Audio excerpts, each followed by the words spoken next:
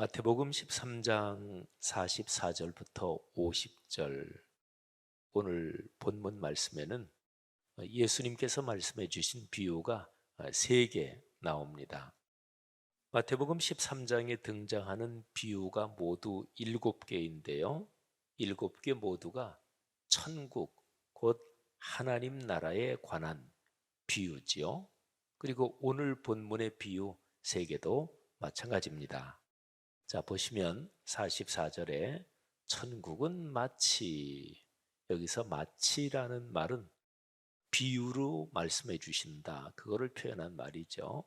자, 그 다음에 45절과 47절에 또 천국은 마치, 그러니까 이제 비유 3개를 주님께서 연달아 말씀해 주시는 거예요. 앞에 비유 2개는 한 쌍입니다. 그러니까 3개 중에서 첫 번째, 두 번째는 한 쌍이에요. 근데 한 쌍이란 얘기는 한 쌍이니까 당연히 무슨 공통점이 있겠지요. 근데 공통점, 이게 100% 공통적이면 한 쌍은 아니죠. 그냥 똑같은 거죠. 그러니까 한 쌍이라는 것은 뭔가 공통점이 있으면서도 서로 다른 특징도 가지고 있어야, 그래야 멋진 한 쌍이 됩니다. 자, 어떤 공통점과 차이점이 있는지 한번 생각을 해보십시다. 자, 첫 번째 비유는 천국은 마치 밭에 감추인 보화와 같으니. 자, 그리고서 이제 구체적인 내용이 나옵니다. 사람이 이를 발견한 후 숨겨두고 기뻐하며 돌아가서 자기의 소유를 다 팔아 그 밭을 사느니라. 어떤 사람이 밭을 갈다가 농사를 이렇게 짓다가 그 다음에 이제 뭐를 발견한 거예요. 근데 그 밭은 그 사람 소유의 땅이 아니고 말하자면 도지를 내고 빌려서 농사를 짓는 이제 그런 사람이었을 것입니다. 아니면 어떤 사람이 그냥 뭐 이렇게 길을 가다가 또는 뭐 밭을 가로질러 가다가 뭐가 발뿌리에 걸려서, 그래서 보니까 거기에 무슨 보물이 있는 상자를 발견한 거예요. 그래서 이 사람이 너무 기뻐서 이거를 이제 그대로 숨겨둡니다. 그리고 돌아가서 자기의 소유를 다 팔아서 그 밭을 샀다 하는 거죠. 자, 한 쌍이 되는 또 다른 비유, 또 천국은 마치 좋은 진주를 구하는 장사와 같다. 근데 진주를 취급하는, 장사하는, 사업하는 사람이죠. 근데 이 사람은 늘 값진 진주, 최상급의 진주를 찾았을 것입니다. 근데 드디어 발견했습니다. 그래서 이 사람도 굉장히 기뻤겠죠. 그리고 집에 가서 자기의 소유를 다 팔아 그 진주를 샀습니다. 자, 여러분, 이 2개, 이 비유가 예수님께서 말씀해 주신 한 쌍이 되는 비유입니다. 제가 아까 말씀드릴 때 공통점이 당연히 있을 것이고 또 차이점도 있을 것이다, 이렇게 말씀드렸죠. 자, 먼저 공통점을 정리해 보겠습니다. 적어도 4가지의 공통점이 있습니다. 자, 첫 번째는 천국에 관한 비유다. 뭐 이거는 너무나 쉬운 공통점이죠. 두 번째는 천국은 숨겨져 있다. 이게 공통점입니다. 그 다음에 천국은 참으로 귀한 것이다.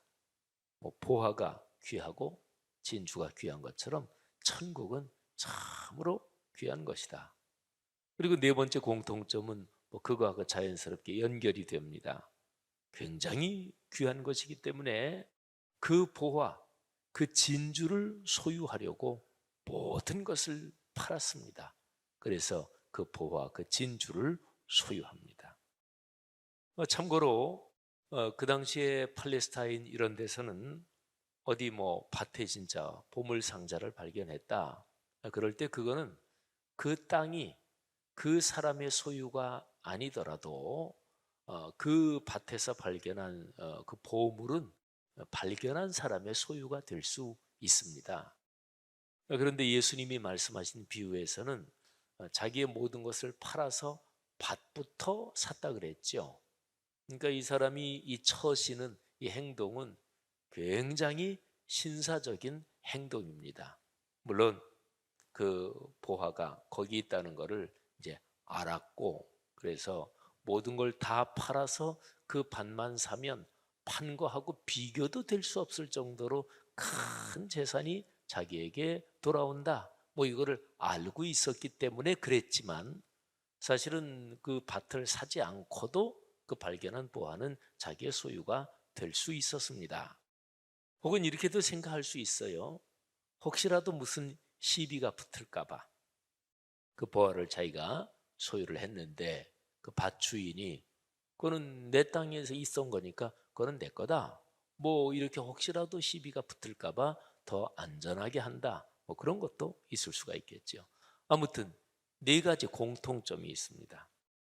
자, 그러면 차이점은 무엇일까요? 자, 차이점에서 중요한 한 가지에 주목할 수 있습니다. 자, 차이점이 뭐냐? 우연과 최선, 이 두 단어로 차이점을 설명할 수 있습니다. 하긴 뭐 아주 가장 쉬운 차이점은 하나는 보하고 하나는 진주다, 뭐 이것도 있을 수 있겠죠. 근데 이제 중요한 게 우연과 최선. 자, 밭에서 발견한 보화를 생각해 보세요. 그는 우연하게 찾았습니다. 그러니까 야, 사람들이 뭐 전쟁이 나고 또는 어떤 비상 상황에서 보화를 잃어버릴까 봐 보화를 밭에 숨겨두는 경우가 종종 있으니까 한번 어느 밭에 숨겨져 있을진 모르지만 한번 찾아보자 하고 의도적으로 그렇게 찾은 게 아니었습니다. 이게 문맥을 보면 그는 우연히 찾았습니다. 그런데 진주 장사는 다릅니다. 그러니까 최선을 다해 진주를 구했다. 그래서 예수님이 말씀하신 그 내용에서도 좋은 진주를 구하는, 그러니까 좋은 진주를 찾아야지, 구해야지 의도를 가지고 그렇게 찾아다니다가 드디어 찾았습니다. 여러분 한번 생각을 해보십시오. 그 밭에 있는 보물 상자, 그 보화는 얼마 동안이나 그 밭 땅 속에 숨겨져 있었던 것일까요? 뭐 한 5년, 아니면 10년, 아니면 몇십 년 동안 그 땅 속에 숨겨져 있었을지도 모릅니다. 뭐 혹은 100여 년 전, 100몇십 년 전에 어떤 사람이 자기 보화를 그 밭 속에, 땅 속에 숨겨놓고, 그리고 뭐 전쟁이 나서 그 보화를 숨겨놓은 그 사람이 죽었고, 그래서 거기에 보화가 숨겨져 있다는 사실은 아무도 알지 못했는데, 그런데 드디어 어떤 사람이 발견했을 수 있겠지요. 뭐 100년 훨씬 넘게 또는 몇백 년 동안 그 밭 속에 숨겨져 있었을지도 모릅니다. 진주에 관한 것도 한번 생각을 해보세요.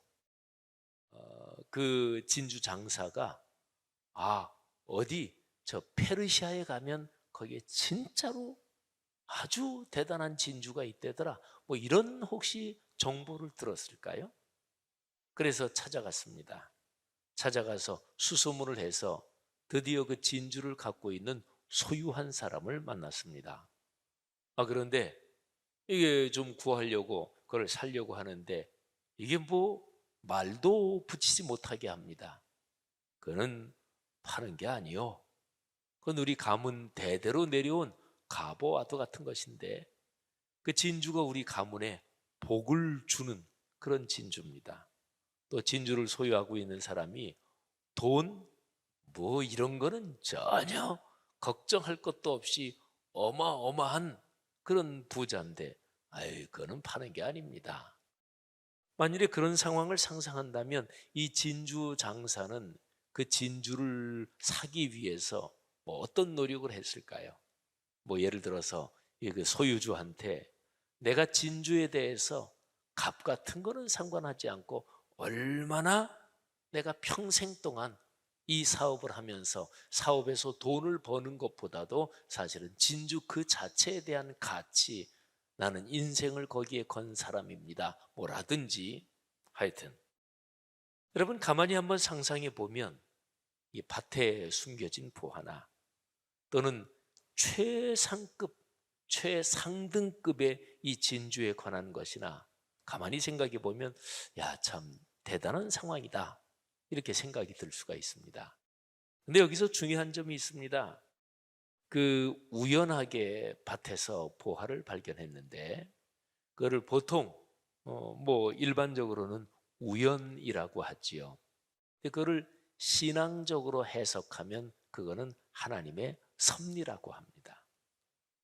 자, 여러분, 이 두 가지를 한번 잘 생각해 보십시오.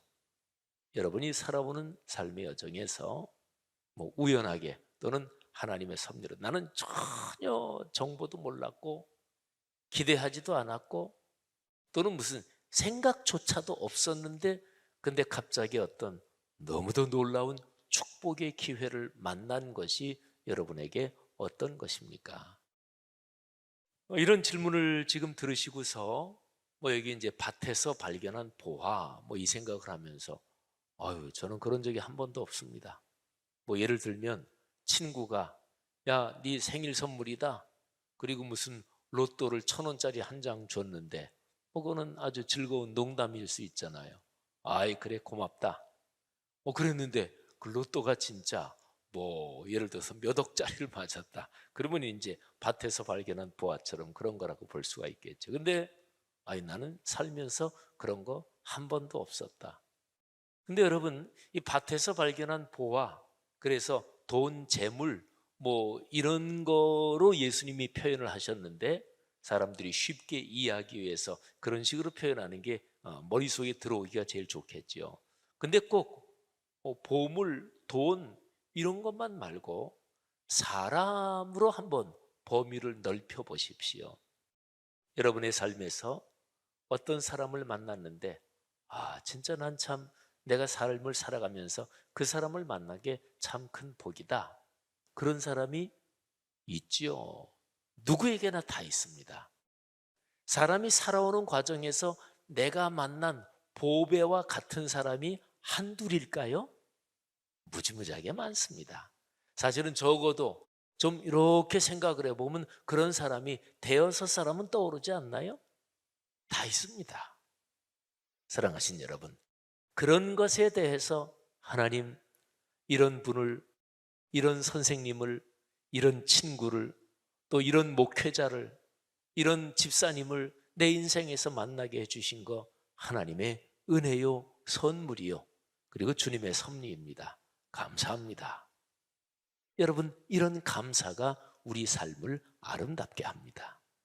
여러분의 인생에서 만난 그런 사람들을 소중하게 여기고 또 그런 사람들을 통해서 여러분의 삶이 더 풍요로워지기를 주님의 이름으로 축원합니다. 자, 여러분, 마태복음에서 제가 한 구절을 소개해 드릴 텐데요. 요 두 개 한 쌍이 되는 비유에서 아주 중요한 핵심적인 게 모든 것을 다 팔았다. 그래서 드디어 그 밭을 샀고 그 보배를 소유한 거죠. 그리고 그 진주를 내 소유로 할 수 있었다. 모든 것을 다 팔아서 가장 값진 것을 내가 소유하게 됐다. 요 점이 결론이거든요. 교회 역사에서 자신의 삶을 다 던져서 예수 그리스도의 일에 헌신한 사람들이 있었습니다. 자, 여기 비유에 나오는 거죠. 모든 것을 다 팔았다. 내 인생에서 모든 것을 다 헌신해서 예수 그리스도 그분의 일에 헌신한 거예요. 그러니까 모든 것을 다 팔고 다 헌신해서 누구를 얻은 거예요? 예수 그리스도 그분을 얻은 거죠. 그분의 사람이 되고. 그런데 교회 역사에서 그런 사람들을 움직인 유명한 성경 구절이 있습니다. 제가 교회사가 전공이니까 수도원 운동의 창시자 안토니우스, 그 사람은 큰 부자였어요. 그런데 이 구절을 듣고서 은혜를 받아서 자기의 재산을 진짜로 다 팔아서 가난한 사람들한테 나눠주고 그리고 자기의 그 형제간들 살도록 좀 주고 그리고 완전히 싹 무소유로 되고 그리고 수도 생활을 들어가고 하나님께 헌신했어요. 그 안토니우스를 비롯해서 이런 여러 사람들이 교회 역사의 구체적인 사료가 나오니까 바로 요 구절에서 은혜를 받았습니다. 마태복음 19장 21절입니다. 예수께서 이르시되 내가 온전하고자 할진대 가서 내 소유를 팔아 가난한 자들에게 주라. 그리하면 하늘에서 보화가 내게 있으리라. 그리고 와서 나를 따르라 하시니. 아멘.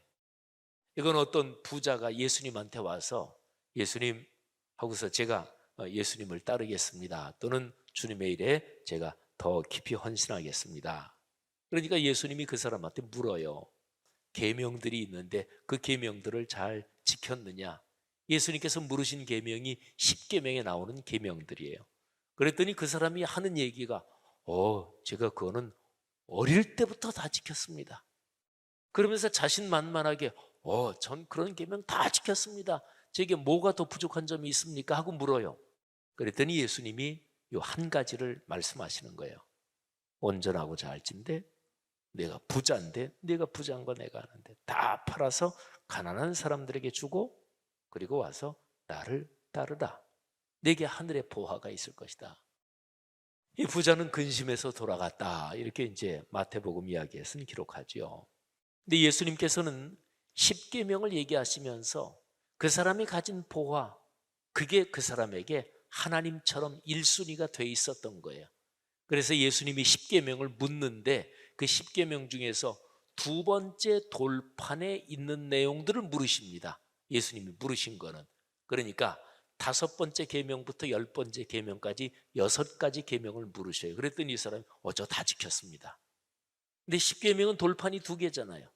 첫 번째 돌판에 있는 1, 2, 3, 4 그거는 한마디로 얘기하면 하나님을 최고의 가치로 두고 하나님께 내 모든 것을 헌신해라.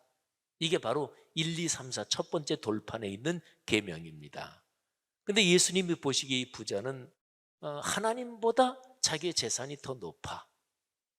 여러분 그런 거 있잖아요. 여러분의 삶에서는 뭐가 최고의 가치입니까?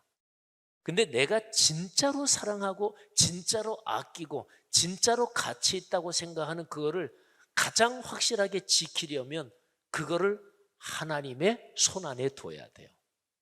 여러분의 아들, 딸, 손녀, 손자 진짜 귀하잖아요.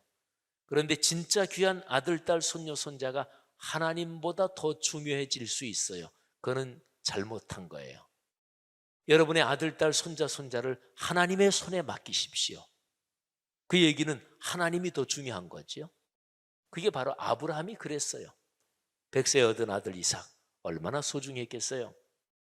그야말로 쥐면 어떻게 될까, 불면 날까 뭐 그러면서 이제 길렀겠죠. 근데 하나님 가만히 보니까 아브라함이 언제부터인가 그 아들 이삭이 하나님보다 더 소중해진 거예요. 그래서 하나님이 아브라함한테 내 아들 이삭을 잡아서 죽여서 제물로 드려라 그렇게 명령하는 말에 하나님의 그런 감정이 묻어납니다. 내 아들, 내가 사랑하는 내 독자 이삭을. 하나님이 아브라함한테 너라는 말을 반복적으로 강조하십니다. 내 아들, 내 사랑하는 내 독자 이삭을 제물로 바쳐라. 근데 이삭은 아브라함의 소유가 아니었습니다. 아브라함이 99세 그리고 자기의 사라가 10살 아래 그때 주신 거예요. 인간적으로는 임신이 될 수가 없는 완전히 불가능한 상황이었어요. 그러니까 하나님이 주셨다 이렇게밖에 생각할 수 없었고, 그러면 우리 아들 이삭은 우리 아들이긴 하지만 그런데 하나님의 아이입니다 그렇게 생각해야 맞아요. 그런데 그렇게 아들을 얻고도 기르면서 우리 아들, 내 아들, 내 아들 그러면서 하나님보다 이삭이 더 높아진 거예요. 그렇게 계속하면 아브라함 사라에게 불행이니까 하나님께서 그거를 꺾어 주신 거예요. 사랑하신 여러분, 여러분에게 가장 귀하고 가장 가치 있는 거를 하나님께 맡기고 헌신하시는 신앙의 지혜, 신앙의 깨달음이 있기를 주의 이름으로 축복합니다.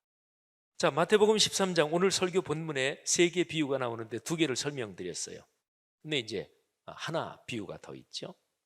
이 3번째 비유는 마태복음 13장에 나오는 7개 비유 중에서 마지막 비유이기도 합니다. 자, 이 비유의 주제가 뭔지 한번 보세요. 주제가 중요합니다. 예수님은 이 비유에서는 특별하게요, 비유의 내용을 말씀하시고요, 그리고 바로 이어서 해석까지 해주십니다. 자, 한번 볼까요? 자, 자, 비유. 또 천국은 마치 바다에 지고 각종 물고기를 이렇게 잡는 그물과 같다. 근데 그물에 물고기가 가득 잡혔어요. 그러면 어떻게 해요? 물가로 끌어내고 앉아서, 근데 좋은 것은 그릇에 담고 못된 것은 내버린다. 근데 여기에 이 비유를 표현하신 예수님의 표현에 여기에 이미 예수님이 가르치시려는 의도가 담겨 있어요. 물고기를 다 끌어내고 앉아서 좋은 것은 그릇에 담고, 그리고 좀 변변치 않은 것, 그러니까 뭐 먹기도 그렇고 뭐 그런 거는 내버린다. 근데 그거를 표현하기를 못된 것은 내버린다, 이렇게 표현하십니다. 자, 그럼 이제 해석해 보세요. 예수님이 이렇게 표현하신 이유가 있어요. 세상 끝에도 이러하리라. 천사들이 와서 의인 중에서 악인을 갈라내어 풀무불에 던져 넣으리니 거기서 울며 이를 갈리라. 마지막 날 심판에 대한 얘기예요. 마태복음 비유 7개 중에서 마지막 비유는 심판에 대한 비유, 그리고 마지막 날의 결산에 관한 비유입니다. 그러니까 예수님이 좋은 물고기, 못된 물고기, 물고기를 못됐다 이렇게 표현하는 것은 이건 비유고, 이게 사람을 가리키는 말이기 때문에 그래요. 그래서 의인과 악인, 악인은 못된 사람이죠. 그렇죠. 그러니까 자기가 못됐으니까 자기가 책임을 져야 되는 거죠. 마지막 날에 결산을 하게 된다 하는 거죠. 사람은 자기의 삶에 대해서 반드시 결산을 합니다. 어떤 결산이든, 뭐 공부할 때 기말고사 이런 거 하잖아요. 근데 내 건강에 대해서도 내가 이를 30대, 40대, 50대, 60대, 70대 내 인생 여정 연령이 늘어가면서 언젠가는 뭐가 안 좋아진다. 그게 결산이지요. 여러분, 모든 게 다 마찬가지. 회사에서 퇴직하잖아요. 저 같은 목사는 정년 되면 또 은퇴하잖아요. 이런 것도 다 결산이에요. 그리고 제일 중요한 결산, 마지막에 하나님 앞에서 영원한 최종 결산을 하는 바로 그 자리지요. 7개의 비유 중에서 결산에 대한 게 앞에 이미 또 나옵니다. 곡식과 가라지의 비유. 거기도 마지막 날에 알곡은 모아서 곡간에 들이고, 그리고 가라지는 묶어서 불에 태운다. 사실은 그 까만 독보리는 그 당시에 땔감으로 썼거든요.